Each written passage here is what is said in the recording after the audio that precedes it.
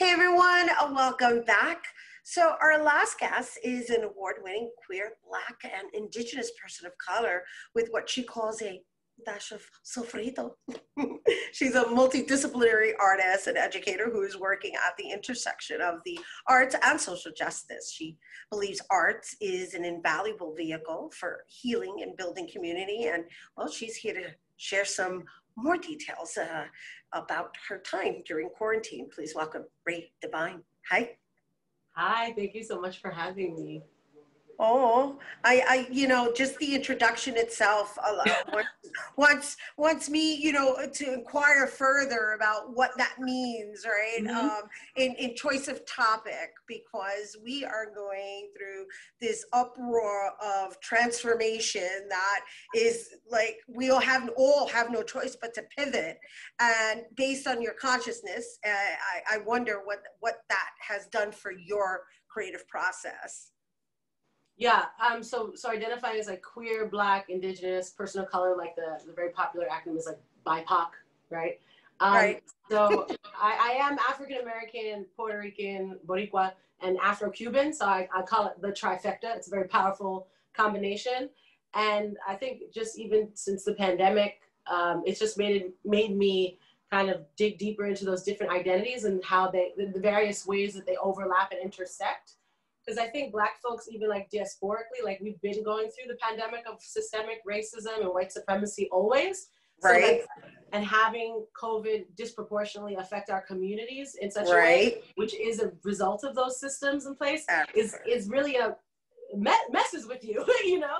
No, I feel you because we've been there in the forefront relating to different communities and seeing the impact. So keep going. I'm listening. So go ahead.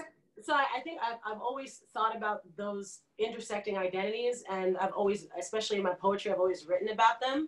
And in developing my one-person show, which I'm really taking my time with, I think it'll just like be a reflection of like the full year for me, honestly.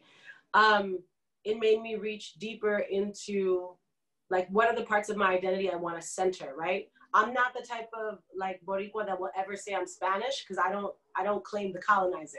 Like I appreciate Spanish language. I appreciate the positive influences, but like I'm also of African descent. I'm also Indigenous. So I choose to center the most marginalized aspects of my identity and to uplift those, because to me that encompasses so much of what I identify with and like what I represent. Yeah. All right. Let's back up a little bit, right? Because that's deep what you just shared, right? That's so deep that we just got to dive in a little deeper, right? In the sense of like, basically what you're saying is you choose to uplift the part that through society is generally suppressed.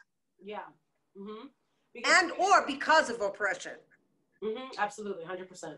Right. So it takes a certain kind of mindset really to really want to identify and shed light on that aspect of that ingredients, because it's una mezcla, but it's a mezcla not only in genetics, it's a mezcla in the mindset as well.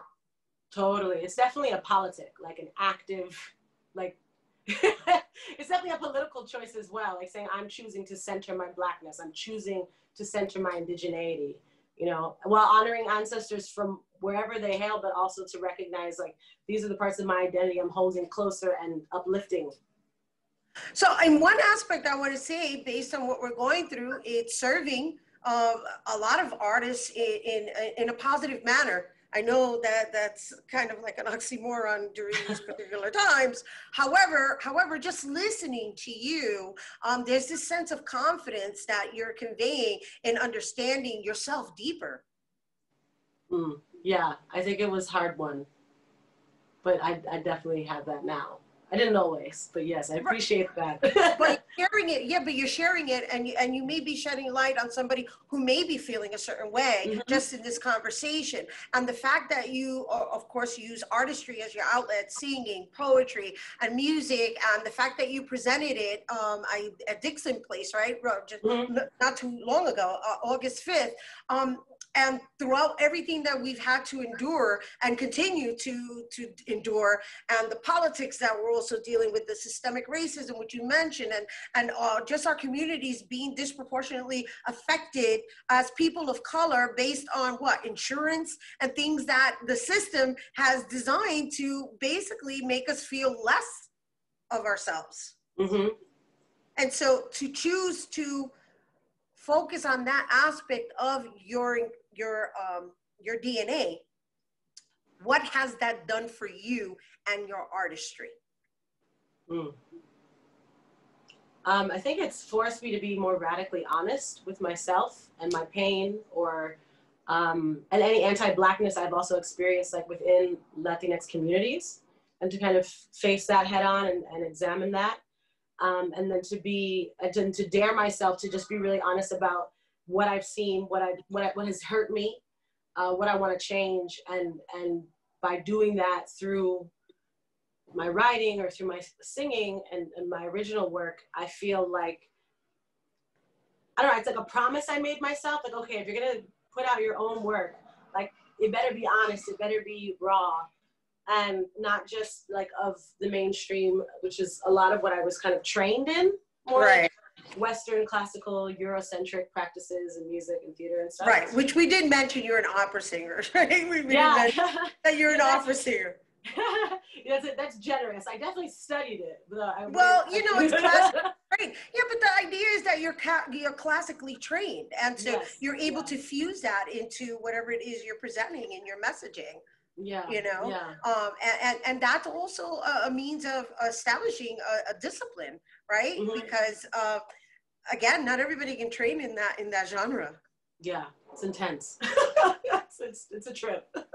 You know, and also I want to talk about 9/11 before we go, right? We got caught up in the Black Lives Matter movement, and just the identity of Afro-Latinidad. But you know, with all this said, today is September 11th, and and we are 19 years in of a major tragedy that impacted us here in New York City, and here we are in the middle of a pandemic in which we lost a lot more lives. And I know you're going to be performing something really soothing for us to just reflect upon, but I also understand that you have a family member that is a major person who stands on the front lines of any emergency situation.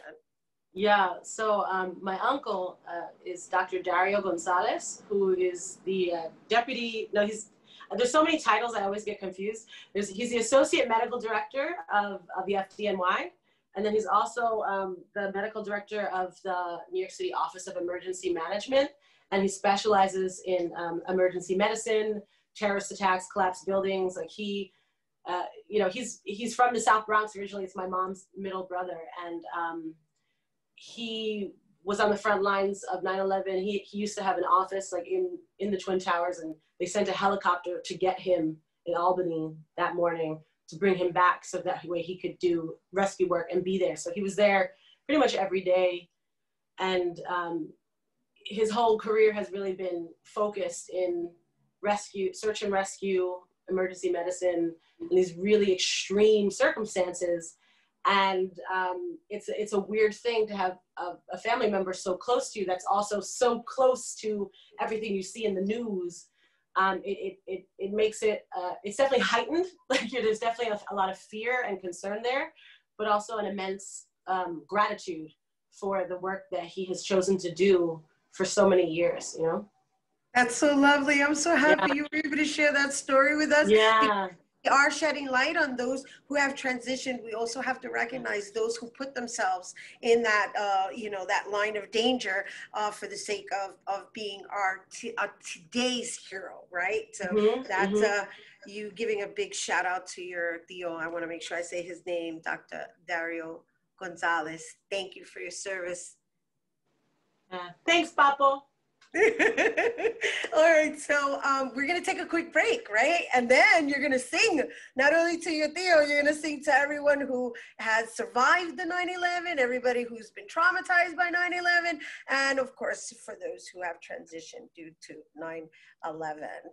And bueno, so don't go anywhere because when we come back, Ray Divine, she's gonna sing us this pseudo spiritual song that you don't want to miss.